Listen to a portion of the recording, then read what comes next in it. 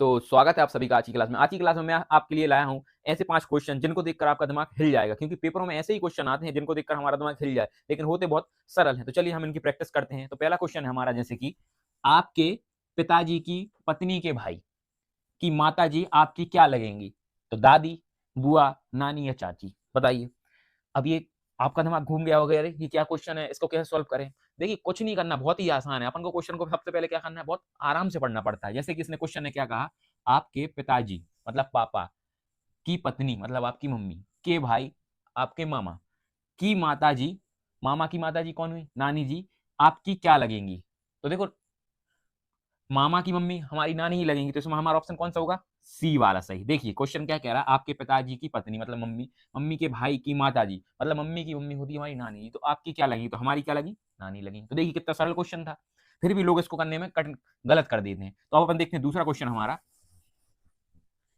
तो ये रहा हमारा दूसरा क्वेश्चन, मामा की बहन की बेटी का भाई आपका कौन होगा? तो देखिए क्वेश्चन बहुत ही सरल है, इसको कुछ नहीं करना, आराम से पढ़ना है। सबसे पहले देखिए, मामा की बहन, मामा की बहन मतलब हमारी मम्मी या मौसी की बेटी का भाई आपका कौन होगा? अगर हमारी मौसी है, मौसी की बेटी और उसका भाई, तो हमारा कौन लगेगा? हमारा भी भाई लगेगा। तो इस क्वेश्चन का आंसर होगा हमारा भाई। तो देखिए बहुत ही सरल क्वेश्चन था, है ना, कि मामा की बहन मतलब हमारी मौसी की बेटी और उसका भाई आपका कौन लगेगा? तो हमारा भी वो भाई ही लगेगा। तो बहुत ही सरल है ना। अब देखते हैं हमारा तीसरा क्वेश्चन।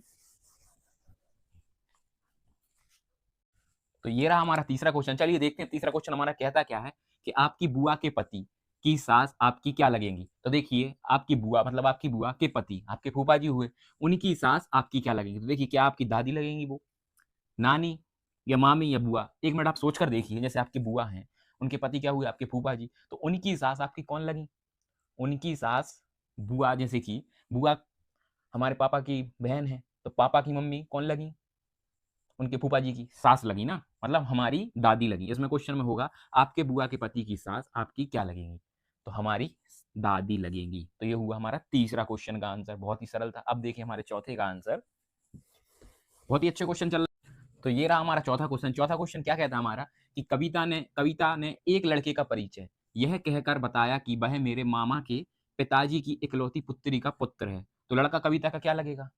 भाई, पुत्र, भतीजा या दामाद? बताइए आप इनमें से क्या लगेगा? तो सवाल क्या कह रहा है, सबसे पहले हम ये देखते हैं कि कविता ने एक लड़के का परिचय कराया, मतलब कविता ने एक लड़के के बारे में बताया कि वह उसके मामा, है ना, मामा के पिताजी मतलब हुए नाना जी, है ना, नाना जी की इकलौती पुत्री, इकलौती पुत्री। अब कविता कह रही है कि उसके मामा और उसके नाना की इकलौती पुत्री है, तो मतलब उसकी माँ, कविता की माँ, पुत्री का पुत्र मतलब उसकी माँ का जो लड़का है वह कविता का क्या लगा? तो उसका क्या लगेगा? भाई लगेगा। तो देखिए बहुत ही सरल था, कोई कठिनाई हुई? कोई नहीं हुई, क्योंकि ये सवाल दिखने में बड़े कठिन होते हैं, लेकिन जब अपन को सॉल्व करने जाओ, आसानी से पढ़ो, तो बहुत ही आसान होते हैं ना। तो कोई दिक्कत नहीं है आपको 4 सवाल करने में। अब एक पांचवा सवाल और देखिए आपको आज का।